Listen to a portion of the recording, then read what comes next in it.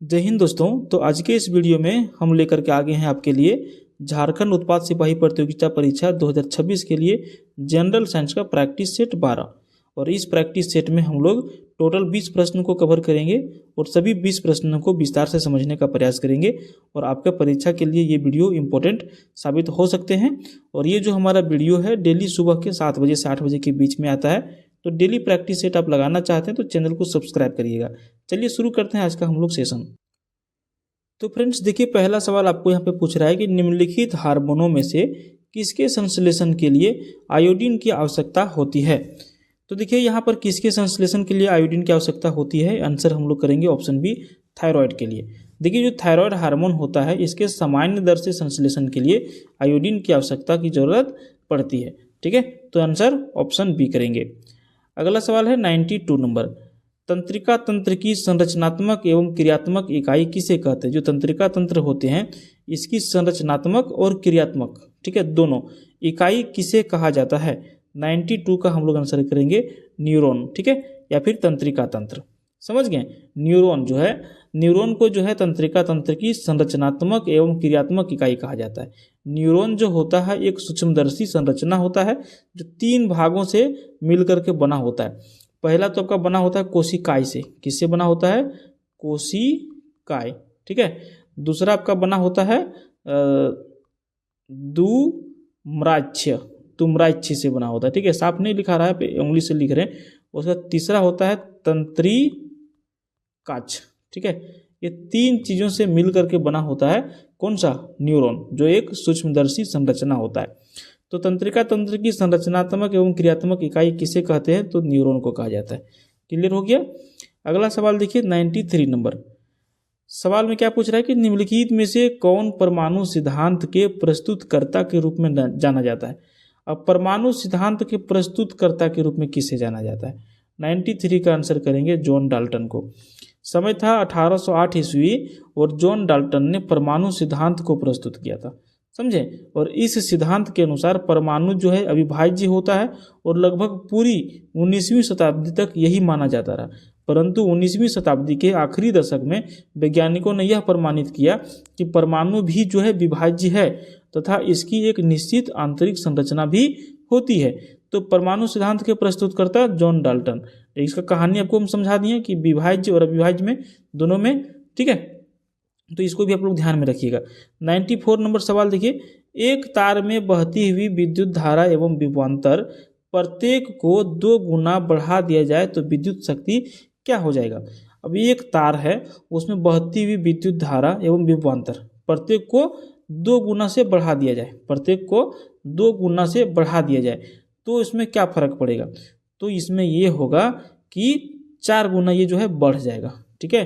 क्या होगा, विभवांतर और विद्युत धारा को 2 से गुना कर दिया जाएगा तो विद्युत शक्ति क्या हो जाएगा, ये 4 गुना बढ़ जाएगी। यही आप लोग याद रखिएगा। अगला सवाल है 95 नंबर, सवाल पूछ रहे कि झिल्ली रहित अंगक राइबोसोम मिलते हैं। झिल्ली रहित अंगक राइबोसोम मिलते हैं, सही उत्तर हो जाएगा दोनों कोशिकाओं में। अब पहला कोशिका क्या है, यूकैरियोटिक कोशिका, और दूसरा है प्रोकैरियोटिक कोशिका, समझे। यूकैरियोटिक और प्रोकैरियोटिक दोनों कोशिकाओं में झिल्ली रहित अंगक राइबोसोम मिलते हैं, समझे। और राइबोसोम जो है अम्ल व प्रोटीन के बने होते हैं। राइबोसोम किसके बने होते हैं, अम्ल और प्रोटीन के बने होते हैं और किसी भी झिल्ली से घिरे हुए ये नहीं रहते हैं। और कोशिका के भीतर राइबोसोम केवल कोशिका द्रव में ही नहीं बल्कि 2 अंगकों यानी कि हरित लवक यानी कि पौधों व सूत्रकर्णिका में खुरदरी अंतर्द्रव्य जालिका में भी ये मिलते हैं, समझे। तो झिल्ली रहित अंगक राइबोसोम मिलते हैं यूकैरियोटिक और प्रोकैरियोटिक कोशिका में। अगला सवाल की ओर हम लोग बढ़ेंगे। देखिए बायोलॉजी से आपको 6-7 सवाल पूछेंगे, इसलिए बायोलॉजी आप लोग रिवीजन करते रहिएगा। मानव शरीर के किस कोशिकांग में प्रोटीन का संश्लेषण होता है। मानव शरीर का कौन सा कोशिकांग है जहाँ पर प्रोटीन क्या है, प्रोटीन का संश्लेषण होता है। तो देखिए 96 का हम लोग आंसर करेंगे राइबोसोम में। हमारे शरीर में अंतर्द्रव्य जालिका, ठीक है, पर उपस्थित जो राइबोसोम होता है वहाँ पर प्रोटीन का संश्लेषण होता है। क्लियर हो गया, तो राइबोसोम करेक्ट आंसर हो जाएगा। उसके बाद देखिए 97 नंबर में, निम्न में से कौन कार्बन का अपरूप नहीं है। इसमें जो है हीरा है, ग्रेफाइट है ऑक्सो कार्बन है और फुलरिसन्स है। तो इसमें से कौन कार्बन का अपरूप नहीं है? 97 का हम लोग आंसर करेंगे ऑक्सो कार्बन। ऑक्सो कार्बन जो है कार्बन का अपरूप नहीं होता है। ऑक्सो कार्बन एक कार्बनिक यौगिक होता है जो केवल कार्बन और ऑक्सीजन से युक्त होता है, समझे? तो ये कार्बन का अपरूप नहीं है, जबकि ऑक्सो कार्बन एक कार्बनिक यौगिक है, समझे? तो इसको आप लोग ध्यान में रखेंगे। 98 नंबर देखिए, प्रकाश यदि किसी प्रिज्म से होकर गुजरता है तो कौन सा रंग सबसे अधिक विक्षेपित माने कि मुड़ता है? 98 का हम लोग आंसर करेंगे ऑप्शन ए बैंगनी। किसी प्रिज्म से गुजरने के पश्चात प्रकाश के विभिन्न वर्ण, एक होता है आपतित किरण के सापेक्ष अलग अलग कोनों पर मुड़ते हैं, जबकि बैंगनी रंग जो है सबसे अधिक विक्षेपित होता है, यानी कि बैंगनी रंग जो होता है सबसे अधिक मुड़ता है, और सबसे कम जो मुड़ता है वो आपका लाल रंग होता है, सबसे कम लाल रंग मुड़ता है। ठीक है, तो इसको भी आप लोग ध्यान में रखेंगे।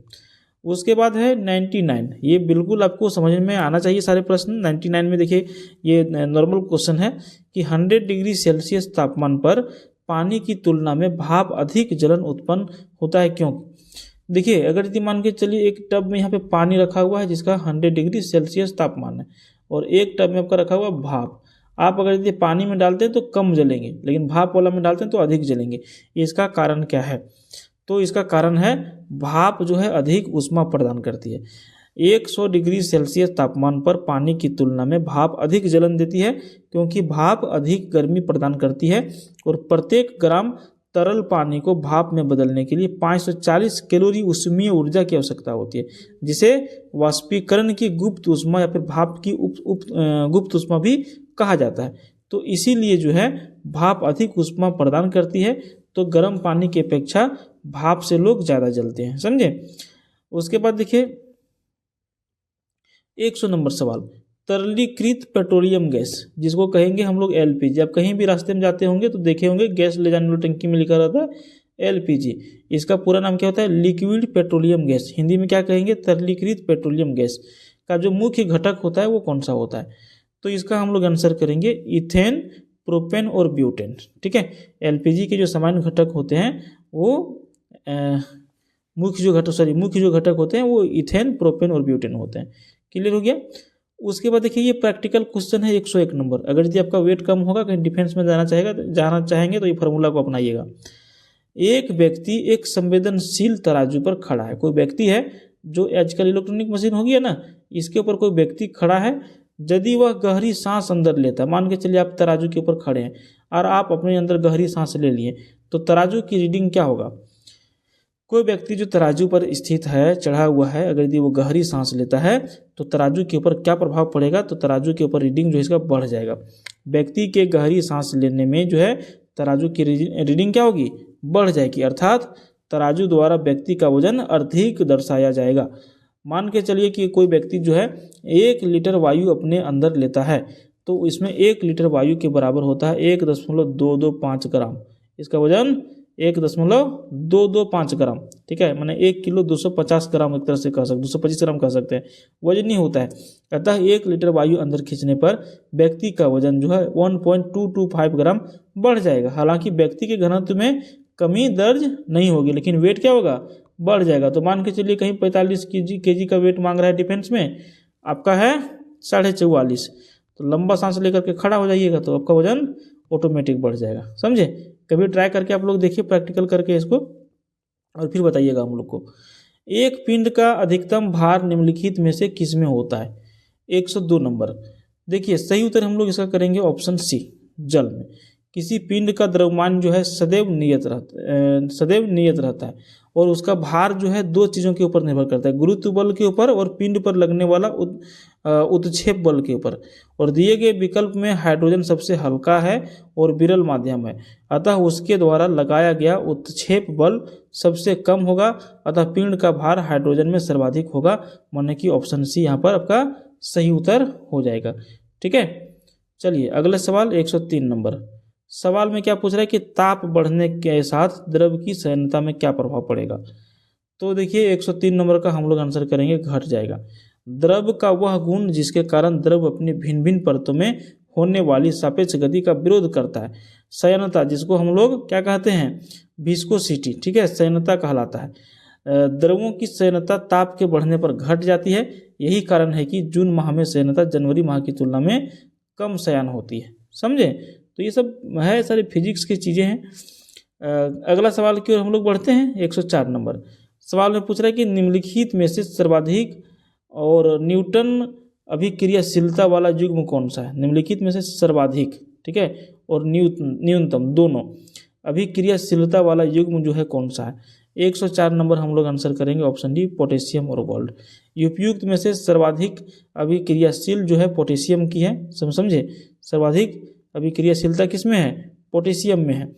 और जबकि सबसे कम अभिक्रियाशीलता किस में है? गोल्ड में, ठीक है। तो पोटेशियम में सबसे अधिक है और गोल्ड में सबसे कम है, तो हम लोग आंसर इसका ऑप्शन डी करेंगे। 105 नंबर सवाल की ओर हम लोग बढ़ेंगे। प्रश्न में क्या बोल रहा है? 105 नंबर में पूछ रहा है कि निम्नलिखित में से कौन से तत्व सभी अम्लों में निश्चित रूप से उपस्थित होता है? अब कौन सा तत्व है जो सभी अम्ल का अंग्रेजी में हम लोग क्या कहते हैं? एसिड। कौन सा तत्व जो है सभी एसिड में या फिर अम्ल में निश्चित रूप से उपस्थित रहता है? ये आपका हो जाएगा हाइड्रोजन, इसका सही आंसर। सभी अम्लों में हाइड्रोजन तत्व निश्चित रूप से उपस्थित होता है और इसी कारण धातु के साथ जो है अभिक्रिया करने पर लगभग सभी अम्ल जो है हाइड्रोजन गैस उत्पन्न करते हैं। समझे? तो यही कारण है इसका। 106 नंबर सवाल देखिए, निम्नलिखित में से कौन सा रोग प्लेज्मोडियम नामक प्रोटोजोआ से होता है? एक बीमारी है जिसका कारण, जिसका वाहक आप कहिए तो प्लेज्मोडियम नामक प्रोटोजोआ। प्लेज्मोडियम नामक प्रोटोजोआ के माध्यम से कौन सा बीमारी फैलता है? समझे? तो मलेरिया। मानव में कुछ रोग जो है प्रोटोजोआ से भी होता है। मलेरिया प्लेज्मोडियम नामक एक बहुत ही छोटे से प्रोटोजोआ के द्वारा होता है। प्लेज्मोडियम की विभिन्न जातियां जैसे कि प्ले वाइवेक्स, प्ले मलेरियाई और प्ले फिल्सीपेरम विभिन्न प्रकार के मलेरिया के लिए उत्तरदायी होते हैं। इनमें से प्लेज्मोडियम फेल्सीपेरम द्वारा होने वाला दुर्दम सबसे गंभीर और यह घातक भी हो सकता है। हालांकि मलेरिया एक मादा एनोफिलीज मच्छर के काटने से भी होता है। अगर यदि इस प्रश्न में आपको कुछ कन्फ्यूजन है तो आप हमें लिखिएगा प्रश्न संख्या 106 और इसका करेक्ट आंसर आप लोग दीजिएगा, ठीक है। तो आप लोग ध्यान में इसको रखिएगा, ठीक है। चलिए अगले सवाल की ओर हम लोग बढ़ेंगे।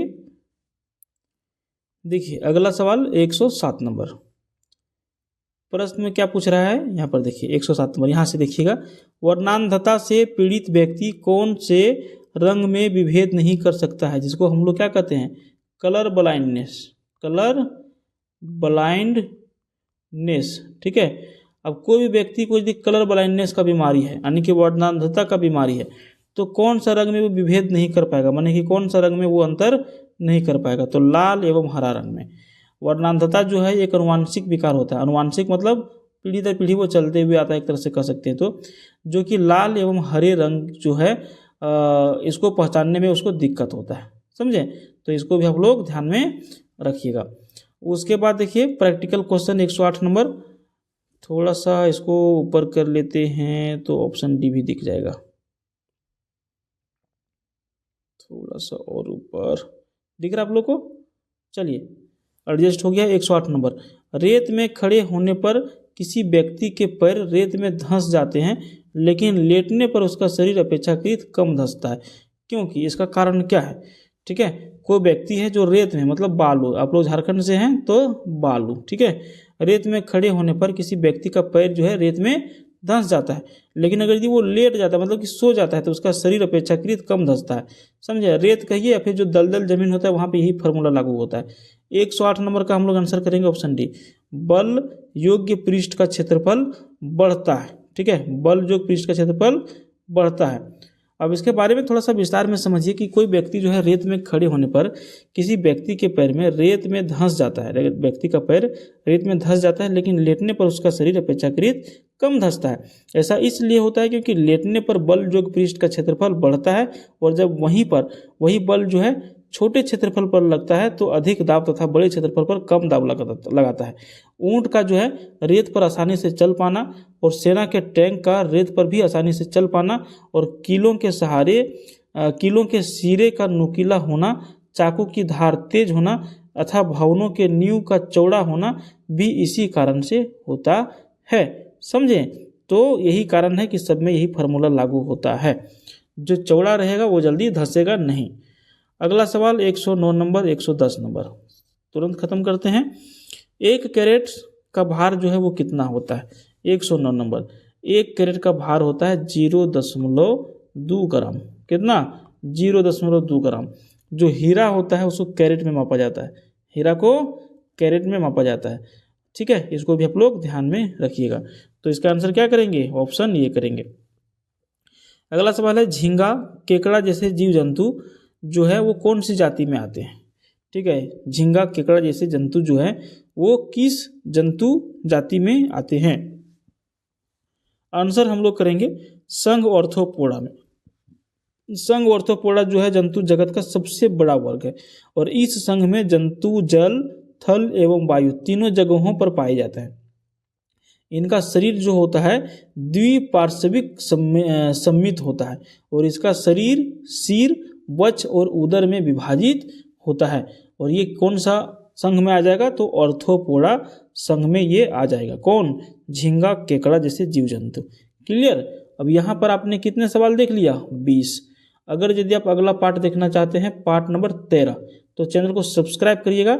सुबह में हमारा वीडियो आता है 7 बजे। ठीक है, तो जब तक आपका परीक्षा नहीं होता है डेली बेसिस पर प्रैक्टिस सेट हम आपको प्रोवाइड कराएंगे। धन्यवाद।